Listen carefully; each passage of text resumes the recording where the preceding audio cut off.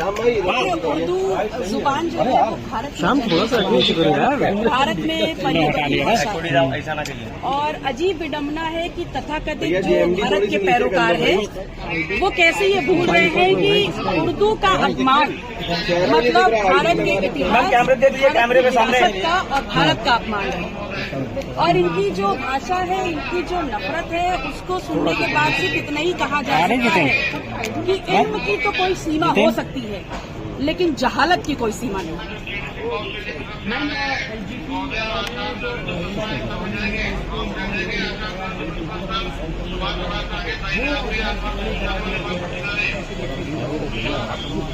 थोड़ा संभल कर बोलिए, क्योंकि ये कह करके तो आप सीधे सीधे नरेंद्र मोदी जी की पोल खोल देंगे। नमामि गंगे के नाम पर अरबों खरबों का घोटाला और उसके बाद गंगा को बेच दिया अडानी को। और कहना गलत नहीं होगा कि न सिर्फ गंगा बल्कि पूरे उत्तर प्रदेश को भ्रष्टाचार से मैला कर रहे हैं और कर चुके हैं ये लोग।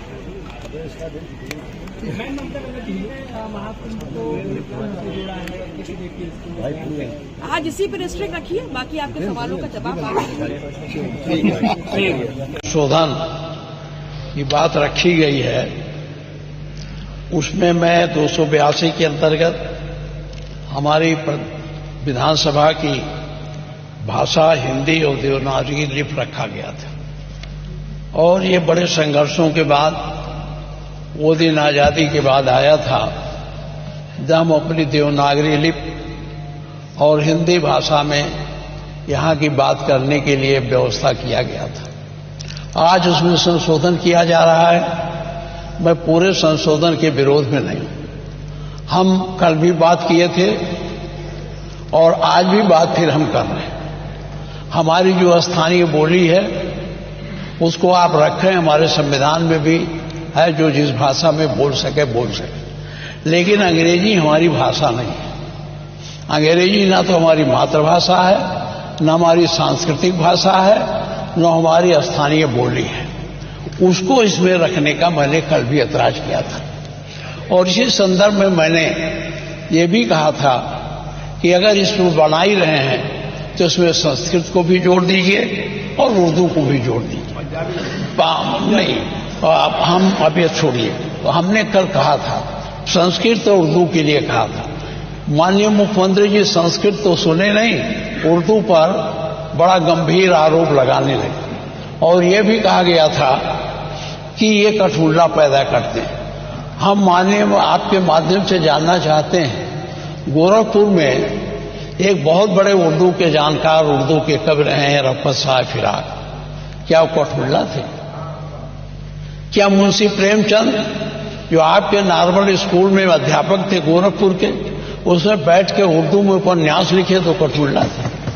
क्या यूनिवर्सिटियों में जो उर्दू विभाग खोला गया है उसके पढ़ने वाले लड़के कठपुतला हैं? क्या अरबी फारसी विश्वविद्यालय बना है उसके लोग लेकर पढ़ने वाले कठपुतला हैं? तो मैं इस शब्द पर आज आपत्ति करता हूं और मैं आपसे कहना चाहता हूं कि अंग्रेजी भाषा हमारी भाषा नहीं। माननीय मुख्यमंत्री जी, आप चाहे जितना कहिए, यहाँ कोई बोलेगा तो जो सुन के आए हैं, ये जो कॉन्वेंटी लड़के हैं, ये जो अंग्रेजी मीडियम के लड़के हैं, वही समझेंगे इस भाषा को। गांव के लोग जो इसको देखेंगे उसमें कोई समझेगा नहीं। इसलिए मैं बहुत कानूनी दावपेच की बात नहीं करता, न मैं संवैधानिक बवाल करता हूं। वो हमारा जो अनुच्छेद 348 है उसके बंधों का अधीन रहते हुए राज्य के विधानमंडल में कार्य राज्य की भाषा या राजभाषाओं में या हिंदी में अंग्रेजी में किया जाएगा। तो हमारी राज्य की भाषा हिंदी है, तो इसे हिंदी में करना चाहिए। अंग्रेजी का कोई महत्व नहीं है। अंग्रेजी का मैं पढ़ने में विरोध नहीं करता। जिसको पढ़ना है अंग्रेजी पढ़े, वर्ड्सवर्थ का पढ़े, उनको शेक्सपियर के नाटक को पढ़े, हमारे वो जो और ग्रंथ हैं, चाहे कीट्स हो, शैली हो, इनकी कविताओं को पढ़ो। हम उसके विरोधी नहीं हैं। संस्कृत अंग्रेजी का ज्ञान प्राप्त करना गलत नहीं है, लेकिन अंग्रेजी के माध्यम से हमारे इस विधानसभा में नई प्रक्रिया शुरू करना, मैं इसका विरोध करता हूं।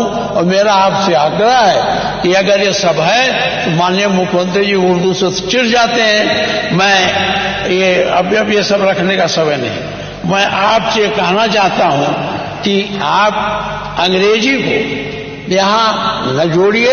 अगर जोड़ना है तो आप संस्कृत को जोड़ दीजिए, जो हमारी भाषा है, जिस संस्कृत से सारे भाषाओं का उद्भव हुआ है, और उर्दू जोड़ दीजिए। उर्दू भी बड़ी पैमाने में बोला जाता है। हमारा मुख्यमंत्री जी तो उर्दू पर नाराज हो जाते हैं कि इनका अपना एजेंडा है जो आप चलाना चाहिए। मैं इन्हीं शब्दों के साथ आपसे फिर आग्रह करता हूं कि अंग्रेजी का विरोध मैं करता हूं, और यहां अंग्रेजी का प्रयोग सदन में करने के लिए संशोधन में इसे न रखा जाए। अभी उन्होंने माननीय अध्यक्ष जी, माननीय संसदीय कार्य, माननीय